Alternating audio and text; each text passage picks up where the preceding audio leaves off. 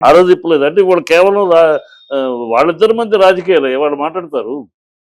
కేటీఆర్‌కి, రేవంత్ రెడ్డికి మధ్య నువ్వు మధ్యలో రేవంత్ రెడ్డి సపోర్ట్‌గా కేటీఆర్ నువ్వు మాట్లాడాల్సిన అవసరం ఏమొచ్చింది నీకు? వీళ్ళు శాశ్వతమా? రేపు వీళ్ళుంటారు, రేపు ఇంకోళ్ళొస్తారు. ఇంకో ప్రభుత్వం వస్తుంది. ఎవరు శాశ్వతం రాజకీయాల్లో? జనక ఊరినే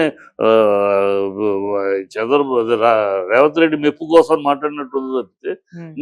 నిజాయితీతో మాట్లాడితే ఆ రోజు ఆ రోజు మాట్లాడినప్పుడు ఇవాళ కూడా ఈ విషయం మాట్లాడినప్పుడు ఆ రోజు కూడా ఇట్లా గతంలో కూడా మా సమంతని గురించి మాట్లాడారు. అప్పుడు ఈ ప్రభుత్వం మీరు ఇవాళ ఇలా మాట్లాడతారు, మీ ప్రభుత్వాలు మీరు మాట్లాడుకోండి మమ్మల్ని గురించి అని జనరలైజ్ చేశారని చెప్పుకుంటే గౌరవం దక్కేది. హ్మ్. అలా కాకుండా సపరేట్‌గా ఆ విషయాన్ని పక్కన పెట్టి ఆ రోజు నోరే ఇప్పలా. అరే మన సినిమా వాళ్ళని ఇంత అసహ్యంగా మాట్లాడింది ఈ ప్రభుత్వం. దాన్ని ఖండించాలి, మనం తప్పని చెప్పి ఆ నోరు ఇప్పలేదు ఆ రోజు మరి. ఆ రోజు ఎందుకు ఇప్పలా? ఇవాళ ఎందుకు మాట్లాడుతున్నాం అంటే రేవంత్ రెడ్డి కోసం మాట్లాడుతున్నావు ఇవాళ. రేవంత్ రెడ్డి మెప్పు కోసమును, రేవంత్ రెడ్డికి సమర్థింపుగానే మాట్లాడుతున్నావా? వాళ్ళిద్దరు మాట్లాడుకుంటారు. మీకెందుకు దిల్‌రాజు గారు? రాజకీయాలు వాళ్ళిద్దరు రాజకీయాల్లో ఉన్నారు, మాట్లాడుకుంటారు, కమెంట్ చేసుకుంటారు. వాళ్ళు చూసుకుంటారు. మీకెందుకు మధ్యలో దూరి ఒకళ్ళకి వంత పాడుతూ మీరు మాట్లాడాల్సిన అవసరం ఏముంది? ఓకే. అంటే సార్ సినిమా ఇండస్ట్రీ పైన పొలిటికల్ వార్ జరుగుతే సినిమా ఇండస్ట్రీకి కాస్త నష్టం చేకూర్చే అవకాశమే ఉంది కదా సార్. అంటే ఇప్పుడు 'అల్లు అర్జున్' గారి సినిమా విషయంలో ఫీల్డ్ మనం చూసాం సార్. సినిమా ఫీల్డ్ ఏం నష్టపోదమ్మా. హ్మ్. మహామహారాజుకి ఒత్తిళ్లు చూసింది ఈ ఇండస్ట్రీ. హ్మ్. వీళ్ళంత రేవంత్ రెడ్డి తల్ల మించిన ఒత్తిళ్లను చూసింది కానీ వీళ్ళేం చేయగలరు సినిమా ఫీల్డ్‌ని? మేము వీళ్ళ మీద ప్రభుత్వాన్ని ఆధారపడి ఏమన్నా మా సినిమా ఫీల్డ్ ఉందా? ప్రభుత్వం మీద ఆధారపడి ఏదో ఇలా పెద్ద సినిమాలు వచ్చేప్పుడు ఈ అడుక్కుంటానికి వెళ్తారు. ఈ దరిద్రం ఈ అడుక్కుంటానికి వెళ్ళలేదనుకోండి, అసలు ప్రభుత్వం దగ్గరికి వెళ్ళాల్సిన అవసరం ఏముంది? ప్రభుత్వం దగ్గరికి జోలు పట్టుకుని వెళ్ళాల్సిన అవసరం లేదు. ఈ రేట్లు పెంచమని అడుక్కుడే వ్యాపారం మొదలైనాక కదా! అంతకుముందు ఎందుకు అవసరం ఉండేది కాదు. ఏదైనా టాక్స్ గీక్స్ ఉంటే మీటింగ్ ఏసేవాళ్ళం, లెటర్ పంపించేవాళ్ళం. తర్వాత ఎప్పుడు సీఎం కలవమంటే ఆ ప్రోగ్రామే అందరూ ఎళ్లి కలిసేవాళ్ళు. అంతేగాని అసలు ఇలా చిల్లరతనం ఉండేది కాదు కదా! ఈ అడుక్కుంట మొదలెట్టినాకే కదా మాకు రేట్లు పెంచండి, అడుక్కుంట మొదలెడితే ప్రభుత్వం వాళ్ళ అజమాయిషీ అసలు ఎందుకు ఆ దరిద్రం ఎందుకు? ఆ దరిద్రం అవసరం లేదు. వీళ్ళు ఈ ప్రభుత్వాలేమి సినిమా ఫీల్డ్‌ని నడిపించవు. హ్మ్. ప్రభుత్వాల వల్ల మా సినిమాలు కాదు. హ్మ్. మా సినిమాల వల్ల ఇంకా మీ ప్ర ప్ర ప్ర ప్రజలతోటి మీరెలా ప్రజలతోటి ఉండి ఓట్లు సంపాదించుకుంటారో, మేము ప్రజలతోటి ఉండి సినిమాలు ఆశీర్వాదం పొందుతాం. అర్థమైందా? సో, మిమ్మల్ని బట్టి మేము కాదు. మమ్మల్ని బట్టి మీరు కాదు. హ్మ్. మీరేదో మిమ్మల్ని మీ ప్రభుత్వాన్ని బట్టి సినిమా ఫీల్డ్ అనుకుని ఫీల్ అయితే మీ భ్రమ అది. హ్మ్. సినిమా ఫీల్డ్‌ని ఏం పీకలేరు. ఏ ప్రభుత్వము సినిమా ఫీల్డ్‌ని ఏమి పీకలేరు. మా మేము ప్రజల ఆదరాభిమానాలతో, ప్రజల ఆశీర్వాదంతో నిలబడుతున్న పరిశ్రమ మాది. మీరెలాగో ఓట్లు ప్రజల ఆదరాభిమానాలతో మీ ప్రభుత్వాలుంటాయో, మా పరిశ్రమ ప్రజల ఆదరాభిమానాలను, ఆశీస్సులు బట్టి ఉంటాయి. మీ ప్రభుత్వం రేవంత్ రెడ్డి మెచ్చుకుంటే హీరో, రేవంత్ రెడ్డి నొచ్చుకుంటే హీరో కాకపోవటం ఉండదు. మిమ్మల్ని బట్టి ప్రజలు కాదు. మమ్మల్ని అభిమానించే ప్రేక్షకులు వాళ్ళని బట్టి మేము హీరోలు, సూపర్ స్టార్‌లు, సూపర్ ప్రొడ్యూసర్‌లు, సూపర్ డైరెక్టర్లు అయ్యేది మా ప్రేక్షకులను బట్టి. హ్మ్. ఇక్కడ ప్రభుత్వాన్ని బట్టి కాదు. కనుక తెలుసుకోవాలి. ఆ పచ్చి నిజం తెలుసుకొని మీరేదో శిష్టాది గురువులాగాను, మేము ప్రభుత్వం గురువులు, మేము బాసులు, మీరు మాకు దాసులు అనుకుంటే పిచ్చి భ్రమ. ఓకే. అంటే సార్ కేటీఆర్ గారు ఒక ఆరోపణ చేస్తాడు. అక్కడ సెటిల్‌మెంట్ అయిపోయింది. అందుకే రేవంత్ గారు సైలెంట్‌గా ఉన్నారని చెప్పేసి. అంటే దీనికి సమాధానమే కదా దిల్ రాజు గారు చెప్పారు. అంటే యాస్ సినిమా ఇండస్ట్రీ పర్సన్‌గా అవును. మీరు నీకెందుకు దిల్ రాజు గారికి సపోర్ట్ సెటిల్మెంట్ అనేది ఈయనెందుకు చెప్పాలి? ఈయనేమో కేటీఆర్ ఏమన్నా దిల్ రాజు గురించి అన్నాడా? కాదు కదా! రేవంత్ రెడ్డి గురించి అన్నాడు. రేవంత్ రెడ్డి సమాధానం చెప్తాడు. సెటిల్మెంట్ అయిందో లేదో ఆయన చెప్తాడు. ఈయనకేం సంబంధం? మీటింగ్‌లో ఆయనున్నారు కదా సార్. గుమ్మడికాయ దొంగని అంటే భుజాలు తడుముకున్నట్టు ఆయన సెటిల్మెంట్ అయిందంటే సెటిల్మెంట్ చేశానన్న ఈయన అనుకుంటారు అనే అనుమానం. ఈయనకే అనుమానం. భుజాలు తడుముకున్నట్టు గుమ్మడికాయ దొంగ అంటే భుజాలు తడుముకున్నట్టు ఈయనకేం సంబంధం? ఆయన కేటీఆర్ రేవంత్ రెడ్డి గురించి చెప్పాడు. రేవంత్ రెడ్డి సమాధానం చెప్పుకుంటాడు రాజకీయంగా. అంటే ఈ ఇప్పుడు సినిమా ఇండస్ట్రీకి, ప్రభుత్వానికి వారధిగానే దిల్ రాజు గారు ఉన్నారు కదా సార్. వారధేంటి ఎఫ్‌డీసీ చైర్మన్ ఆయన. వారధేంటి గాడిద గుడ్డు.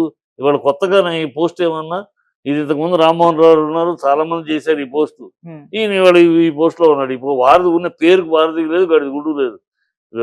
ఆ పోస్ట్ వల్ల జరిగేది లేదు. ఇన్ని సంవత్సరాలు ఏం జరిగింది, ఏం ఒరిగింది ఇండస్ట్రీకి, ఇవాళ ఏం ఒరుగుద్ది? ఇప్పుడు అడిగారు, పంపించారు, చేయమనండి ఒకటైనా. ఈయనకే పంపించారు, దిల్ రాజుకే పంపించారు, ఫిల్ చేయమని. 2000 ఎకరాలు కావాలి ఫిల్మ్ సిటీ కట్టడానికి. ఇవ్వమనండి. 15 ఏళ్లుగా పెండింగ్‌లో ఉన్న రాయితీలు క్లియర్ చేయమనండి. పెట్టారు, ఇవ్వమనండి. చిన్న సినిమాల విషయాల గురించి పెట్టారు. అయన్నీ చేయమనండి. అవి ఏమి చేయరు. ఏదో ప్రభుత్వం వీళ్ళు వీళ్ళు వీళ్ళు వీళ్ళు చేయాల్సింది ఏమి చేయరు.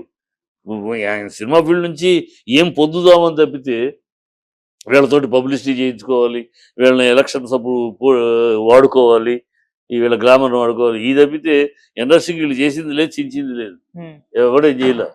ఊరినే పిచ్చి కబుర్లు, పిచ్చి మాటలు ఈ ఇదేదో పోస్ట్ కొత్తగా పుట్టినట్టు, ఈ రేవంత్ రెడ్డి పుట్టించినట్టు ఈ పోస్ట్ ఇది ఎప్పటినుంచో ఉన్న పోస్ట్ ఇది. ఇదేం పెద్ద స్పెషల్‌గా ఈ రేవంత్ రెడ్డి పుట్టించింది కాదు, కొత్తగా పుట్టింది కాదు. ఓకే. ఆల్రెడీ ఉంది. ఇంతకుముందు రామ్మోహన్ రావు ఇంకోళ్ళు చేశారు ఆ పోస్టులు. అప్పుడేం ఒరిగిందో ఇప్పుడు అదే ఒరుగుద్ది. దిల్ రాజు ఏమి ఇండస్ట్రీ కోసం త్యాగాలు చేసే మనిషేం కాదు. ఆయన పర్సనల్‌గా ప్రొడ్యూసర్‌గా ఆయన పని ఆయన చూసుకుంటాడు. హ్మ్. కనుక ఇదేదో పెద్ద దాన్ని బిల్డప్ ఇచ్చి అది మధ్య వారధి ఏంటి వారధి? వారధి అవసరంలా. అది వేరు, ఇది వేరు. సినిమా ఫీల్డ్ వేరు, ప్రభుత్వం వేరు. దానికి ఆయన వాళ్ళ దగ్గరికెళ్ళి దేహి నుంచోవాల్సి వస్తే మీ కర్మ అది. ప్రభుత్వం దగ్గరికి దేహి అని నుంచుంటే ఎప్పుడు మొదలెట్టామో అప్పుడే ఈ దరిద్రం మొదలైంది. లేకపోతే అసలు ప్రభుత్వం కొంతమంది ఇంతకు ముందు మహామహులు సీఎంలుగా ఉన్నారు. ఏమొచ్చింది శుభ్రంగా పిలిచేవాళ్ళం, అభినందన సభ చేసేవాళ్ళం, హ్మ్. మాట్లాడేవాళ్ళం. తర్వాత వాళ్ళు మాకు కావాల్సినవి పంపించేవాళ్ళం. ఆన్సర్ వచ్చేది.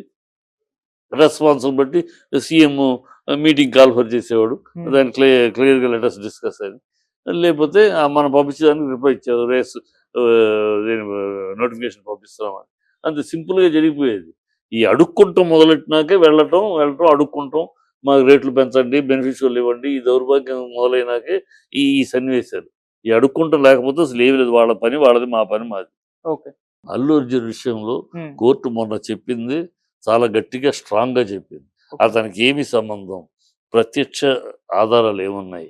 అతను ఇన్స్టిగేట్ చేసినట్టు, అతను చేసినట్టు ఏమున్నాయి? ఆధారాలు మీరు లేనప్పుడు ఆయన ఎందుకు అలౌ చేశారు?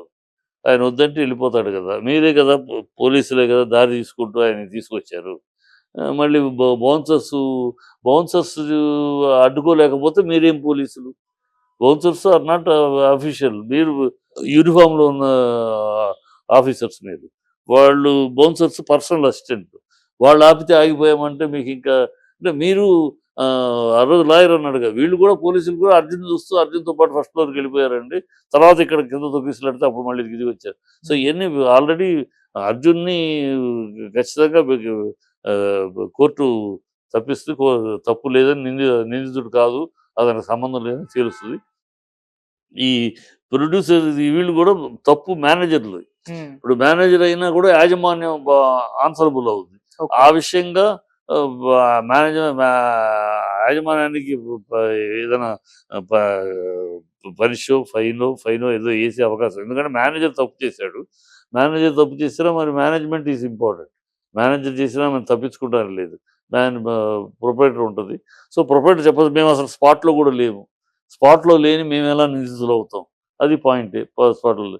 సో, ఇయన్నీ బట్ ఇదేదో అట్లా ఆఖరికి బౌన్సర్ మీదకెళ్ళిపోద్దమ్మా కేసు. హ్మ్.